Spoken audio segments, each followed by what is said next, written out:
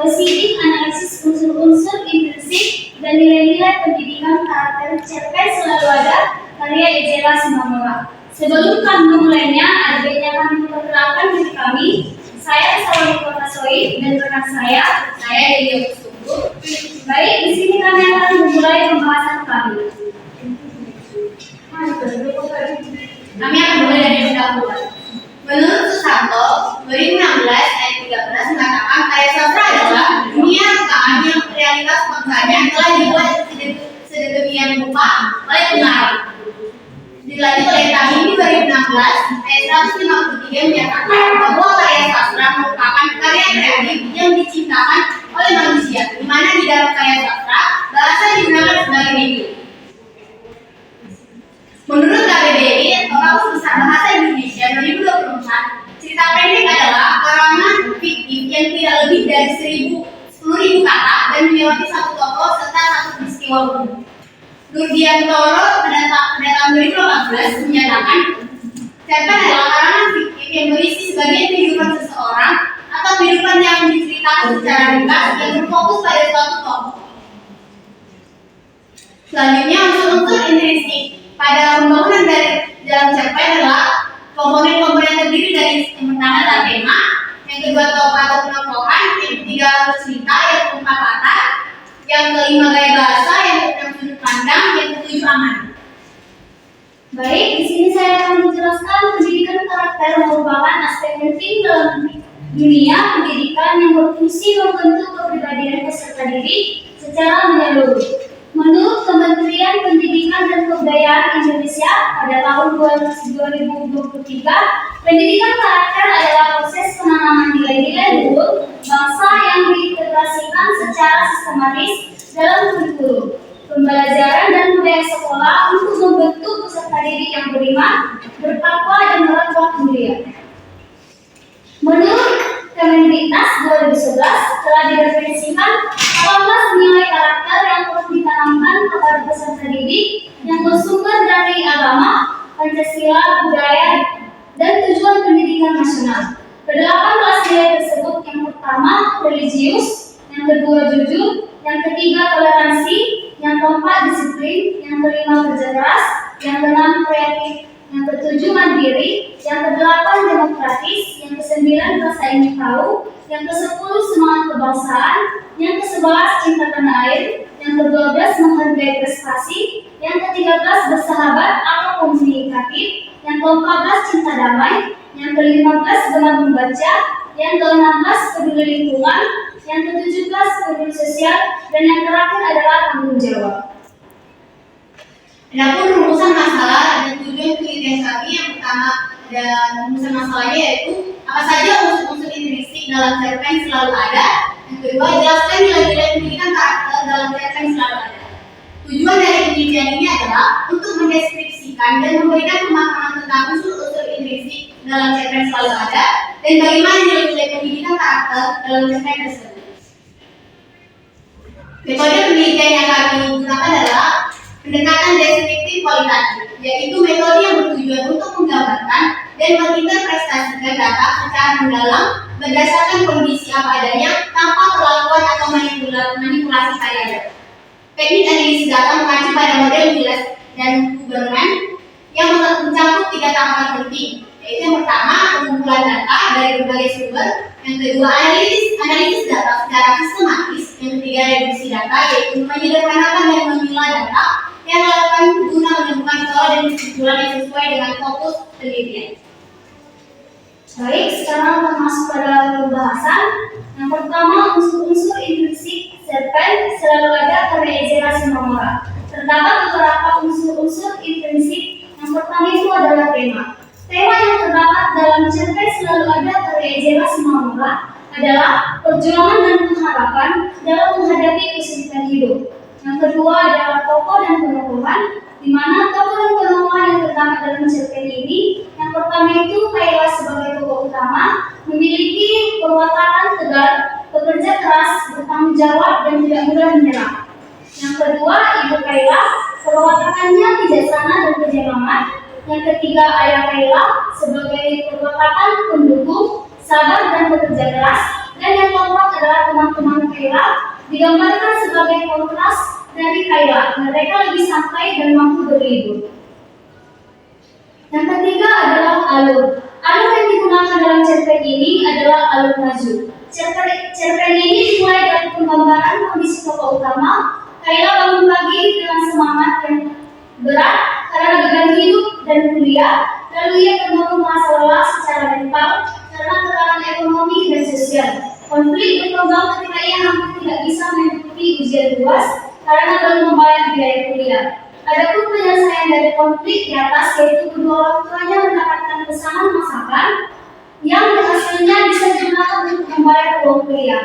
Cerpen pun ditutup dengan Kayla bisa ikut ujian UAS dan orang tuanya merasa bahagia melihat putri mereka bisa melanjutkan pendidikan.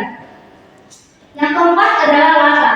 Yang pertama adalah waktu di pagi hari, sore, dan di malam hari. Latar tempat seperti di kamar Kayla, kampus dan dapur tempat mereka memasak, dan latar suasana penuh dengan haru, penuh semangat, cemas, namun akhirnya bahagia.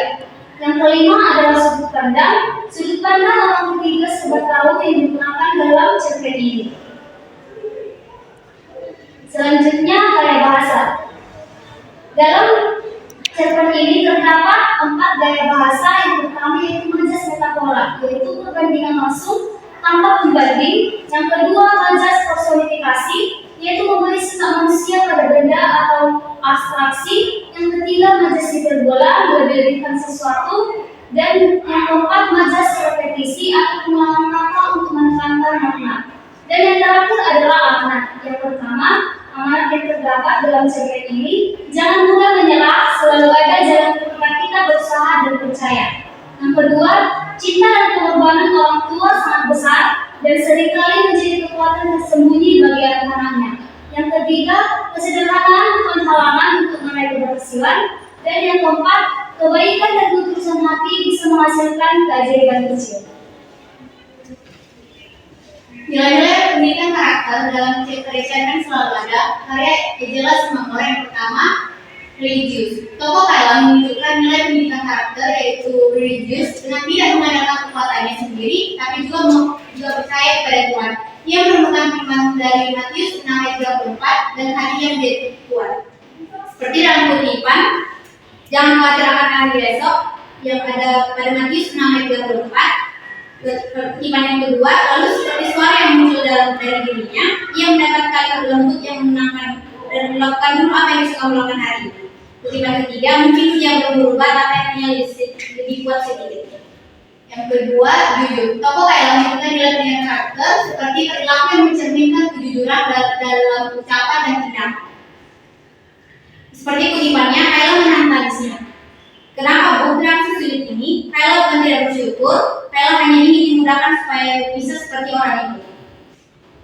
Yang ketiga, toleransi. Tidak ada nilai pendidikan karakter toleransi dalam cerpen ini.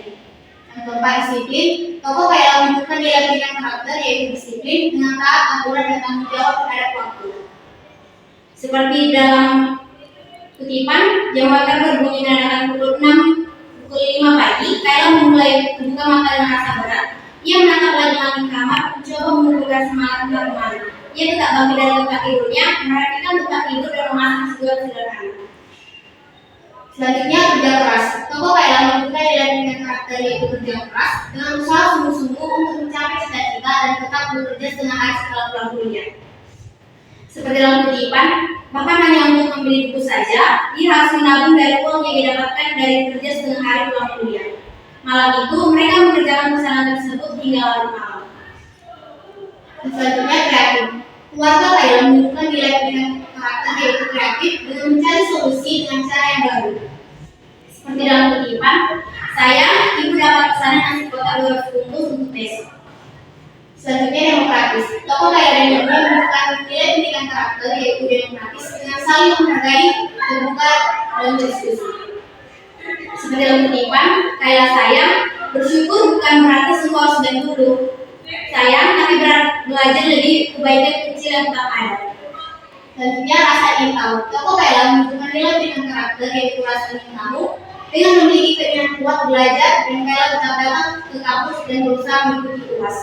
Seperti dalam Kutipan, di kampus pikirannya sulit fokus. Tentunya ia pun bisa mengikuti UAS walaupun sedikit terlambat. Ini semangat kebangsaan. Dalam cerpen ini tidak ada nilai pendidikan karakter semangat kebangsaan. Yang selanjutnya cinta tanah air, yaitu tokoh Kayla menunjukkan nilai pendidikan karakter, yaitu cinta akan tanah air dengan mencerminkan realitas desa agraris Indonesia. Yang selanjutnya menghargai prestasi. Tokoh Kayla menunjukkan nilai pendidikan karakter, yaitu menghargai prestasi dengan setelah membayar uang kuliah dari hasil kerja keras. Kayla tidak menyerah dan tetap ikut UAS. Ia menghargai kesempatan. Yang selanjutnya bersahabat dan komunikatif, di mana tokoh Kayla dan ibunya menunjukkan nilai pendidikan karakter, yaitu bersahabat atau komunikatif karena hubungan dengan ibunya sangat hangat. Yang selanjutnya cinta damai, di mana tokoh Kayla menunjukkan nilai pendidikan karakter, yaitu cinta damai yang menyukai kedamaian dan tidak menuntut konflik. Yang selanjutnya gemar membaca, di mana tokoh Kayla menunjukkan nilai pendidikan karakter, yaitu gemar membaca dengan rela menabung hanya untuk membeli buku. Ia menunjukkan bahwa belajar dan membaca adalah kebutuhannya, bukan sekedar kewajiban. Yang selanjutnya adalah peduli lingkungan. Namun dalam cerpen ini tidak ada nilai pendidikan karakter peduli lingkungan. Yang selanjutnya adalah peduli sosial. Tokoh Kayla menunjukkan nilai pendidikan karakter, yaitu peduli sosial dengan memilih pulang dan membantu ibunya berjualan daripada mementingkan dirinya sendiri. Dan selanjutnya tanggung jawab. Tokoh Kayla menunjukkan nilai pendidikan karakter, yaitu tanggung jawab dengan membayar tunggakan kuliah dan ujian dan ikut ujian. Dan yang terakhir adalah mandiri, di mana tokoh Kayla menunjukkan nilai pendidikan karakter, yaitu mandiri dengan tidak tergantung pada orang lain. Kesimpulan, cerpen Selalu Ada Karya Jelas Semamora merupakan karya sastra yang syarat akan nilai pendidikan dan karakter, dan memiliki unsur literaris yang sangat lengkap sehingga sangat tepat digunakan dalam belajar sastra di sekolah, khususnya dalam materi unsur literaris karya sastra. Tema utama cerpen ini adalah perjuangan dan harapan. Dalam menghadapi kesulitan hidup, tokoh utama Kayla digambarkan sebagai mahasiswa yang berada dalam kesulitan ekonomi, namun tetap memiliki semangat tinggi untuk melanjutkan pendidikan.